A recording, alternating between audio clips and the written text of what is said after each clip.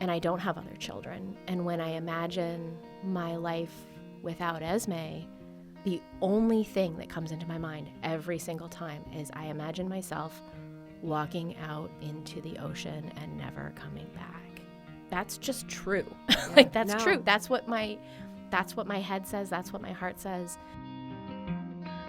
Welcome to A Place of Yes, a podcast about how I moved through my darkest hour.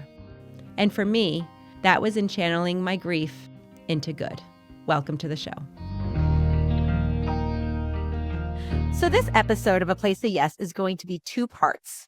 In part one, this part, we talk about Esme and we catch up with what she's been doing. We talk about being a special needs mom and finding our own identities. Next week, part two, we will talk about dating, building relationships after a divorce, and all the things that come with it. Here is part one. So I am sitting here with Hillary Savoy. Many of you may know her as Esme's mom. And she was a guest, one of our very early guests of season 1 of A Place of Yes. I've known Hillary for so long, and I loved that conversation, and so many gems came out of that conversation that still sit with me, that I wanted to invite you back. We're going to do something a little different this time. Instead of kind of revisiting all of the things that we've done, I would love to just talk about what it is to be moms of special needs kids. Talk about what it is to be moms with kids growing up, going through typical things in a very non-typical way. Just see where that conversation goes. But first, will you give us an update on all things Esme? Of course. Always happy to talk about all things Esme. So Ez is 13. She is such a 13-year-old. She is annoyed by me. She periodically wants to be really, really close, and then not at all. 13. Yeah. She gets really emotional about things. We talk about cute boys a lot. Oh, that doesn't surprise me. No, she is very into the cute boys. And, we're kind of going through this really interesting phase where she's increasingly independent and she's increasingly expressing herself and expecting to be heard. I couldn't be prouder. It's just, I'm constantly telling her, like, when she expresses herself, I'm sure it annoys her. But even when you're telling mom I'm doing something wrong, like, I'm so proud of that. I want you to keep that up. So can we give the audience a little background in case they don't remember the episode? So give a brief history on Esme, because I know her and I know those moments where we never thought we would be here. Yes. And here you are talking about her communicating. So can you give a little background just for those who may not know? So Esme is basically the coolest person that has ever 100% existed. It's just the rest of us we just pale in comparison. Ez is a funny, smart, bright, energetic, persistent person. She's also pretty impaired. She is nonverbal, except every once in a while we get some kind of word or two out of her that we understand. She's constantly talking. It's just we don't understand what it is. She is non-ambulatory. She can stand and take steps with support. She loves to do that. And she's medically really fragile. She's got lots of challenges, neurological, pulmonary. She's tube fed. She had cardiac and respiratory arrest at 3 months old. Seizures started when she was 10 months old. So she's had a really long journey. And a lot of times, that I didn't think we would be here at all, let alone here with her able to say the smart things that she says with her eye gaze device, which she uses to communicate, often with a little bit of an attitude. As she should. She's 13. It's perfect, yes. So before we go into some of all of these things that I want to break into, can you talk a little bit about that eye gaze device? Because I'm sure there are people listening, and I think this will be kind of our first big topic, is how frustrated Esme gets because people don't understand, how that must feel for her and also for you. So the eye gaze device is basically like you just imagine like an iPad kind of size tablet, and at the bottom of it, there's a second device that looks back at her and tracks the movements of her eyes and translates that into effectively a finger touch on a screen. So it's like a mouse, but it's run by her eyes. It's amazing. It's amazing. It is really, really cool. And it's a wonderful device. I can't say enough good about these devices and how every single child who has difficulty expressing themselves should have the opportunity to try. Because she uses it at school. She Yes, she uses it does. with you. She uses it with other family members. Like, it's always with her. It's always with her in settings where it's feasible to use it. Okay. And so one of the challenges with eye gaze is that it's highly driven by her position. Okay. So it needs to be kind of, 18 inches away from her face and kind of perpendicular to her stare. And that's a challenge for a child with a movement disorder Absolutely. who can't sit up always on their own. And she can't adjust it on her own. And, Exactly. So at home, we use it. I have a large sort of arm that holds it Okay. over the ground, and she lays down and uses it. It's amazing. It's so amazing. And then at school, she uses it while she's in her wheelchair. Okay. It's also tiring. It's really hard for her to use it. If you can imagine having to scroll through and concentrate to the level that she has to pull up words, it can be really challenging. And so as a result, when she communicates something, you know that it's important. Yep. So while she uses the eye gaze device to communicate, we do something that's called total communication. So that means that everything could be communication. So often she can pull up a word and that kind of gives us a general topic. And then there's a bunch of confirmatory effort. Like, I'll say, tap my hand if you like this, or tap my hand if mommy's going in the right direction. Okay. Sometimes she's not been doing hand tapping so much as kissing when you get a yes. Okay. So she'll You'll take just, that if every you're day, like, right? I'm like, is mom right that you're wanting to watch Daniel Tiger? And she'll go, got it. But we use index cards and all sorts of things. It's amazing. Just as sort of a sidebar, there's two things. One is I'm so profoundly proud of you as Esme's mom for figuring this out and for giving her this incredible gift of being able to talk. And then in the same breath, I talk about this all the time about two things being true, I'm so profoundly jealous and sad because I feel like I didn't even know this world existed, and Jake, when he passed away, was 4 and so profoundly ill at that time. I talked about this with actually Jeff Ames on the show, and, he talked a little bit about what if he had just hung on a little bit, right? What if Jake could have just hung tight a little longer, different meds, and just some of the things that Tessa and Esme have been able to get to. I just wonder if Jake would have, and there's no point in really going down that rabbit hole too much, but I do go down it. And when you're sitting here talking about that, I'm so happy for you, and I'm a little bit sad for me. I feel like I know that Jake had so much to say. He didn't have a way to get it out, and I just love that you figured that out for her. I think that this is the impact of not being able to communicate with your child in the ways that so many parents do. The impact of that emotionally is incredibly challenging.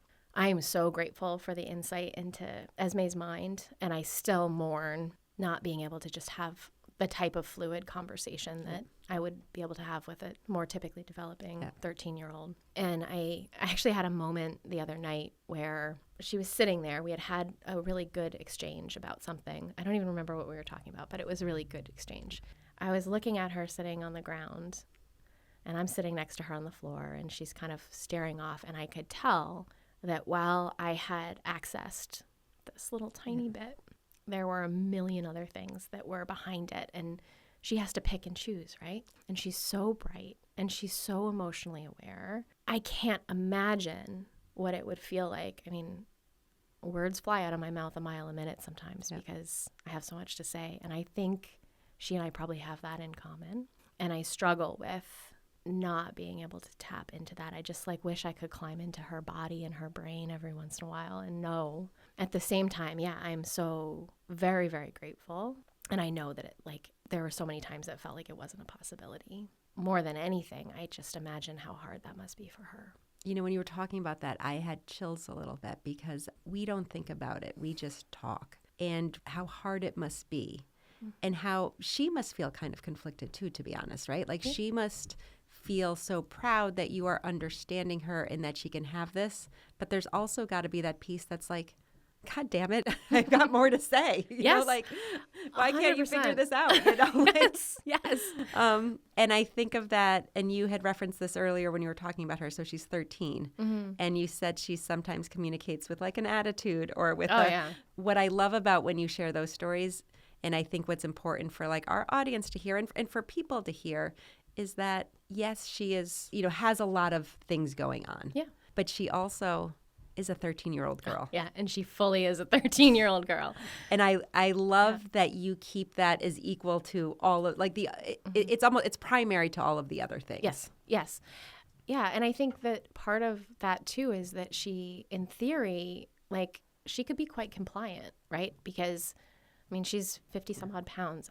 She can't get up and walk out of a room. She can't yell, "Mom, I hate you." Yeah. She can't demand attention in the same way that typical 13-year-olds can. And so part of my role as her mom, I feel, is to like hold space for that attitude because that's normal. And she's as deserving of that experience. And I remember it. I mean, sometimes I look at her and I remember in my body that feeling of looking at my own mom and being like, oh my God, could you be more annoying? Like, I think not.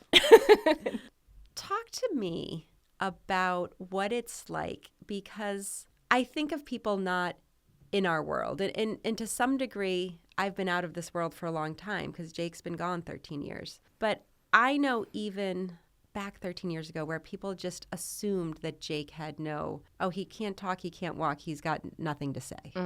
Brian and I would know that he would have things to say. And, we'd be feeding him and he made it clear when it was time to stop feeding him, even though he couldn't typically do it. But he could just stop eating, like he could do stuff. She must encounter it and you must encounter it where people don't believe the eye gaze device or don't believe.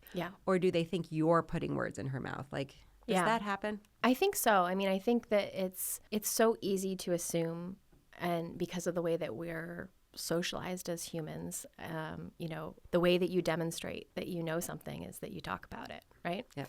And so I think it's really hard when you disconnect someone's ability to expressively communicate what they're thinking and what they know. And so it becomes really hard, I think, for people to understand that those two things are not equivalent, right? Someone can have a whole interior life that they don't express or can't express easily. I think we're really lucky that we've gotten to a place that, like Esme, undeniably, multiple people have had really powerful communication with her.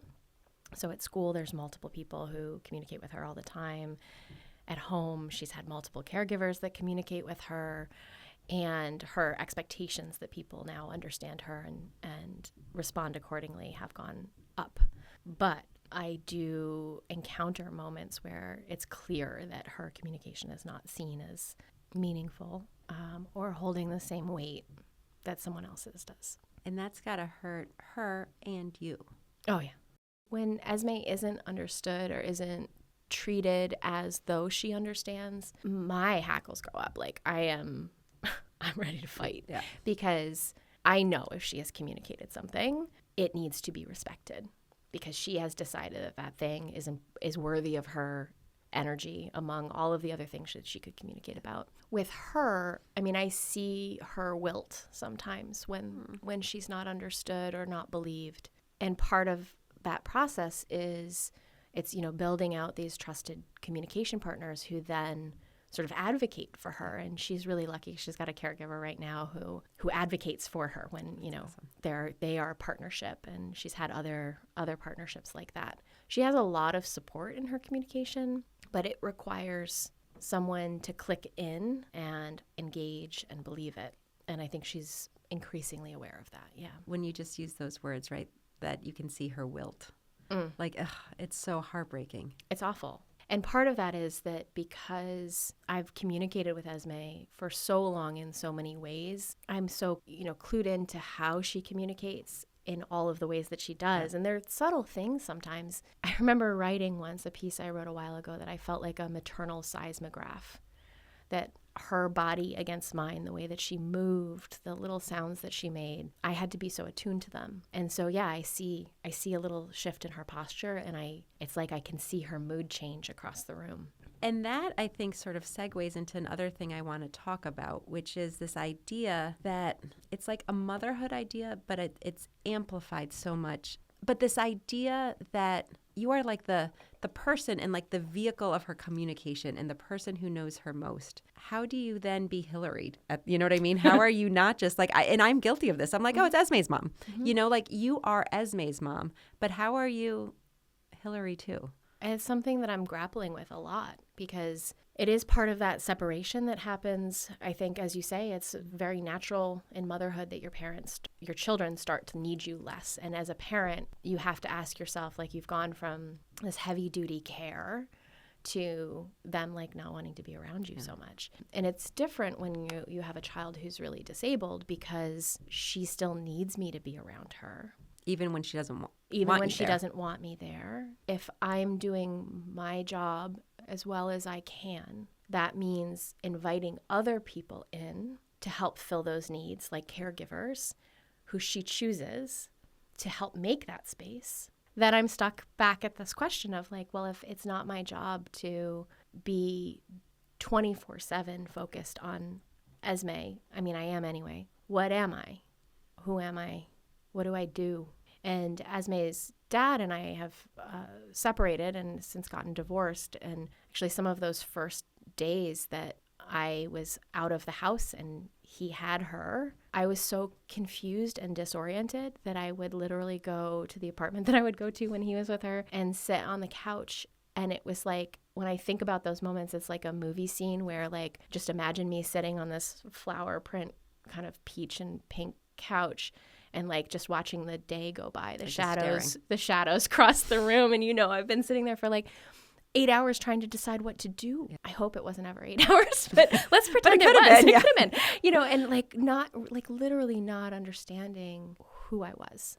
It's been challenging to sort that. As you were talking, one of the things kept coming in my head, and I was kind of back under being like Jake's mom, but that piece of 24/7 that so many moms can relate to, but the piece that you didn't say is that it's also your job to keep them alive. Mm. And that is so all the obvious words, right? Like it's hard and it's stressful and it's like the pit in your stomach that never goes away. You have to trust other people, right? Like you have to trust her father, her caregivers.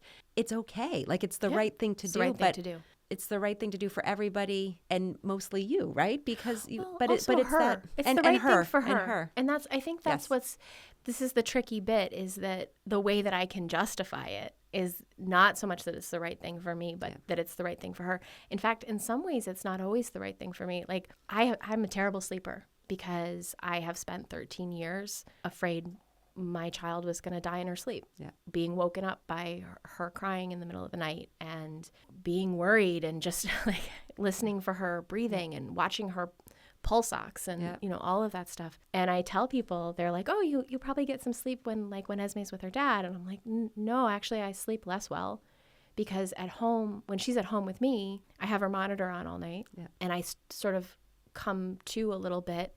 I hear her and I fall right back asleep. When I don't have her, I still have all the same wake-ups. I just don't have the soothing knowledge that she's right there. Yep. And so I wake up more. And I know that sounds counterintuitive, but it's just how it is. I understand it because when you're so used to being that person, even with Brian and us, in the same house, like trusting someone else with your medically fragile child, I think is the hardest thing. Yeah. I guess I could have put this in the updates, but had her worst seizure that she's ever had in August. And it was her first generalized tonic-clonic seizure. So she's always had focal seizures before. So that means, while they're pretty, they're also very rough. It's more like the repeat of them. Yeah. And she would desaturate and get quite purple and blue, but they were always short and self-contained, and they weren't as violent as the kind of seizures that you're used to seeing like on TV. Yeah. But this was her first generalized tonic-clonic. She, fully went foaming at the mouth, and, it was awful. And it happened that she was right next to me, and I had her up a little bit past bedtime, just a little bit, because she had just come back to me and I was getting everything settled, and it happened that she was right next to me. But she didn't make a sound. Like, this is the very real, like, I was looking at, okay, if this had happened in the middle of the night, I would not have heard her. I think, that's the reality of the stuff that we're scared of as parents. And it's not like a crazy thought. It's a thing that happens. It's so real. So when Jeff was here, he was talking about Tessa, and she's 22 now. which is wild. It is wild. It was wild. And every time they check in with Dr. Paduri at Boston Children's, she reminds them that SUDEP is the number one, the thing you got to be scared of. And SUDEP is this, see if I get this right, sudden unexplained death by epilepsy. I did it. It's exactly what you just described. So without staying in this moment for too long, because it's like it gives me sort of this feeling, and I can only imagine what it does for you, but how do you work through that? Because how do you... Like, I remember things with Jake where then I just would go crazy. Like, what if it was when he was sleeping? What if it's at someone else's house? What if, like, how are you handling it and processing it? And do we know why it happened? So how am I handling and processing it? Probably not well. If you were processing it well, I'd probably be more concerned. Yeah. I mean, I think it's, I don't let go easily. Like I'm a person who I want to know that I've done everything that I possibly can, and keeping Esme safe is the thing that I have probably done best in my life. There's a limit to that. And there's a limit for all of us, right? Yeah. There's a limit for all of us. It's definitely taken me to a couple places, I would say.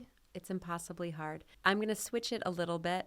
Do they know why it happened? It's hard to know. I mean, Ez has breakthrough seizures, every 6 to 12 months. But like you said, kind of, you're comfortable with those, right? Those ones I've been comfortable with. This one was very different. And there are probably some factors that we can identify as suspicious for why it went that way. And, probably never know. Never know exactly. But she was fatigued, and she is 13, so there could be a hormonal component. It's hard to say. It's hard to say. Jake was always seizing one way or the other, and they were not they weren't the generalized big seizures, but there was always. So it's like Brian and I were very laissez-faire about it. We're like, oh, just a seizure. So I'm like, oh, but the ones you're used to. Like that's, And it's when I think about some of the differences in the kind of parenting we've had to do versus others, it's not normal to be like, oh, but you don't worry about those seizures, do you? I know. Those seizures are fine. You're used to those. The devil I know I can handle. I don't like it, and it still scares me, but I'm here for it. You know what it is. But one little thing would come out different, and it's almost like it would reawaken all of those fears. Well, what it is it's trauma response, right? Like humans are incredibly adaptable. We are really, really good at dealing with the most absurd things. And so you just get used to what you get used to. At that point, you're living in trauma, and your job is to identify the blips that are different from the type of trauma that's normal for you. Yeah, your normal Even trauma. if for someone else, that trauma would be it would be huge, or the thing that's now a big thing for you, Esme's first generalized tonic-clonic, I know how lucky I am, full stop. I count myself as lucky that I have a daughter who made it to 13 and only had her first generalized tonic-clonic in my friend group, in my communities. That's lucky. That's Absolutely. Lucky. And I felt almost, it's terrible to say, but I felt almost guilty, being so upset over so she had a 2.5 minute generalized tonic-clonic. It scared the bejesus out of me. And I've got friends who've watched their kids seize for 45 minutes, who've seized so badly that their bones have broken. So Relatively I'm going to say speaking. I'm lucky. Yeah. But I get that most people well, it's fine. Like I still catch myself though in that world, right? Where I'm like, oh, so it's just a seizure. One of the things, and this is sort of the transition to in my world of like the Jake versus Ethan's mom, is you talk about the fear, and you talk about the fear, and it's the same but not the same. But when you were talking about when Ez would first be at her dad's house and you would be at the apartment, and you're trying to fill that space, and I didn't see this coming. But when Ethan went to school, much better this year at it, I would say. But last year, I had those days where I would sit on the couch, and I knew I had work to do, and I knew I had things to do, but I didn't know how to do them because everything had shifted in my world, right? Yeah. So it is that very weird feeling, looking back on that year now, and you kind of said like trauma response, and I jokingly would call it like PTSD, but I almost feel like it was because it was how I had to acclimate after Jake died. Yeah. And my rational mind knew that this was not the same thing. Like, yay, Ethan went to college. This is a good thing, But I got stuck. And it took me, I'm again, much better at it this year, but it took me a long time. Like, I got a little used to it again this summer, but like he's bedrooms across the hall. I would know he's there. If I know he's there, I know he's safe. So what did you do? You started a podcast. So what I do, I talk about all the things now. I fill my time talking about all the things. This is who you are now. Yeah, exactly. Oh, But it's actually true. I mean, I'm convinced that I started a whole entire foundation just to avoid feeling the feelings that I needed to feel. When I stepped down from the day-to-day running of my foundation, I experienced a little bit of another round of like, who am I? What do I do? What is my purpose in life? It was very, very disorienting. And I also experienced a flood of emotions. It was like, 9 years of doing this role and staying as strong as I could stay and trying to show enough emotion that I could explain to people why this was so important, but not lose it. Yeah. The first few times I spoke again to the community that my foundation served, I struggled to maintain my composure in a way that I had never done before. And I was sort of forced to realize, like, yeah, okay, you have been avoiding this. You've been avoiding these feelings. It's interesting as you're talking about that and your foundation, the super cute. The cute syndrome. The cute syndrome. Yeah. I was like, I know I'm wrong. I'm so close. Yeah, the cute syndrome foundation. It's now I'm being slightly reflective, and I was like, like Jake died in December. By March, we had our 501c3 and we were up and running. Yep. I would say that's probably, Yeah, the start of my avoidance. Yeah, and then we continue it. And here. then Ethan gets a podcast. We're being funny about it, but I think that there's a couple of really important bits to that, right? That I think a lot of beauty in this world, a lot of art, a lot of acts of service come out of pain. Some pains are so big that you do have to slow roll them out. It might take 10 years of working on a damn foundation to be ready to feel, okay, I've got this perfect, beautiful child whose life is filled with pain and difficulty and challenge. And yeah, it's probably taken me 10 years to be ready to feel it. I think it's very true. And I think also some of those pains, like you said, they're so big and you have to figure out. I remember for me when Jake died, I was afraid of it, right? Like I was afraid to lean into it because I didn't think I would get out of it. And I was talking to someone earlier this week about that. It's interesting because some of the take is like, just lean into it and go there. I have been in that dark space, but I feel like if I'm there too long, I'm one step of never being able to get out of it. And I used to think that in those days too, like I have to very deliberately put myself in a position which maybe is some avoidance, but because I don't want to just live in that darkness. Yeah. And I think if I'm in that darkness, am I going from everything? Am I going to be destructive? Am I going to destructive to myself, to my relationship, to my other son? Like, do I mean, like that pain can be so big. And if you lean too much into it, it does scare me. Like it does. And I don't want to be that person. So there's part of me that has to balance that line of not being like cold and not feeling. And it's funny when you said that, because I can talk so much about these things and not shed a tear. But then I can shed a tear, like Brian will laugh. Like I am the person who will cry at the dumbest effing commercial on TV. But I think it's the way that I sort of let the emotion out in a very guarded way because I don't trust myself. Like if I go into it this deep, even all these years later, I don't know that I'd pull myself out of it. You need a release valve. We all find them in different ways. I mean, it's something, I think that darkness, again, we don't do ourselves the service always of talking about how deep and dark that darkness is and can be. And I remember saying to someone who I love and trust very much and has been a longtime friend a bit ago that, when I imagine, especially now, I'm no longer married, happily no longer married, but at least, that is always a tie, right? And I don't have other children. And when I imagine my life without Esme, the only thing that comes into my mind every single time is I imagine myself walking out into the ocean and never coming back. That's just true. True. That's what my head says. That's what my heart says. I think a lot of people in our types of family feel things like that. They're afraid to say them out loud, and it takes people who are willing to say those things out loud to remind everybody, if you're feeling those sorts of things, you're not the only person, and that kind of grief can be bigger than anything you can imagine because it's the same size as your love, right? Yeah. And two, if you're somebody who has somebody in their life that looks like you or like me, you might need to give them a space to feel those things, and to talk about them, and to, or not to, but to know that there's more there. And I think that's important. You touched on something really important there, because I don't know about you, but with me for sure, it's like you don't always want to go there with people because they don't know what to do with that, right? Like, no. and nor should they. No. Like, do you know what I mean? Like I don't want people to understand that darkness and that pain. So you kind of can make it lighter.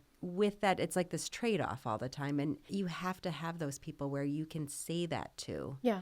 And you can process that, and you can work through that. When you said that to me the first time when we were on the phone, I picture it, right? Like because I know that feeling. It's like I know it, and I hate it. And you have, and you've got to balance that in your life with all of the other things that are it. I sometimes used to think of it too as this, like, when Jake left, it's almost like I felt like I was weightless. Mm-hmm. And I would just like fly away. Like I pictured myself like a balloon almost, mm-hmm. like just like in that like slow rise that you kind of watch until you can't see anymore. When you talk about like walking into the ocean, that's kind of what I picture, because it's like everything that is you is different. And that's this whole conversation, right? Like, who are we if we're not these people? I don't think I did a great job of knowing that at the time, and it's taken me all of this time to figure it out. And to see it, this sounds weird, but not to see Jake, I don't mean that Jake's death was a gift. That's not what I'm trying to say, but my relationship with him and what I've done since that has helped me become this version of myself that when I look in the mirror, I kind of like, and I'm okay with the darkness that exists. You know what I mean? Like, but I'm also good with this version. Yeah. And I think what's interesting too is like what we're describing of, realizing that there are places where you can talk about this and places that you can't. Sometimes places that you can't, but shit, it's coming up and it's going to happen. It's masking, right? Something that I've been thinking a lot about is like how much energy I've spent in sort of slow rolling who I am so that it's, acceptable, and trying to be sure that, is this the kind of place where I can make a joke about that painful thing, or the place where I can be honest about that painful thing, or the place I can express fuller emotion. And what I've started to realize is that like all of those places are the same place, right? Like we just have to allow ourselves to be who we are and feel the things that we're feeling. One of the ways that I've started to actually sort of play with that and understand that it's all me has actually been through dating and getting to know people. And I remember saying a guy that I dated for a while, telling him, I'm really lucky. I've met and fallen in love with 2 men since I left my marriage, and went on to list all of the wonderful things about those 2 situations. And at a certain point he said, well, Hillary, I'm going to challenge you here. Like, I get that you have met and fallen in love with these 2 men, and he was him being one of them. And he was like, but maybe it's you. Like, maybe you're falling in love with you. And I found that to be really profound. I've thought about it a lot since, because I think that detachment from yourself that you build up in the process of taking care of a child who literally needs you to be on all the time, or they may not make it, and all of the protective stuff that you put on to navigate that, you disconnect from yourself. In the process of reconnecting with yourself, there is this possibility of getting to know yourself in a way that's filled with love and acceptance. That made me think of, so obviously not dating for me, but something that has become very deep-rooted and very like, dramatic's not the word, but so important to me over the last, year. And maybe it's all of this talk of grief and all of this talk of like things that I've done on this podcast for last year that, I've talked more in the last year about all of these things than I've done in the previous 13. Mm-hmm.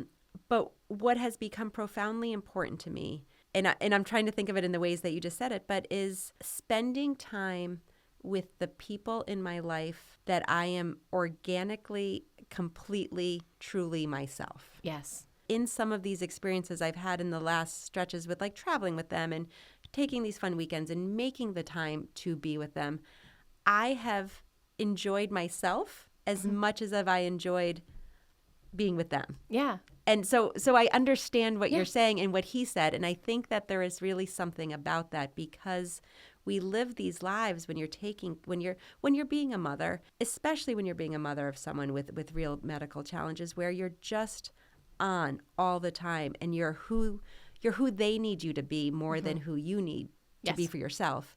And then when you have this opportunity to just almost say fuck it and just be who you are, you kind of find you like yourself. It is. I'm happy you're not figuring this out via dating. Well, that'd First be of all, awkward. Brian's awesome. Brian, don't listen. Yeah. Brian is awesome. And certainly relationship goals for sure. There's a lot of the like not so awesome stuff about dating too. I'll just leave it out there. But Thank you for listening to A Place of Yes. Please follow us wherever you listen to your podcasts. If you really like this episode, please share it with a friend. It would make a world of difference if we could just reach more people and share the work that we do and the stories we want to tell. Thank you so much for watching.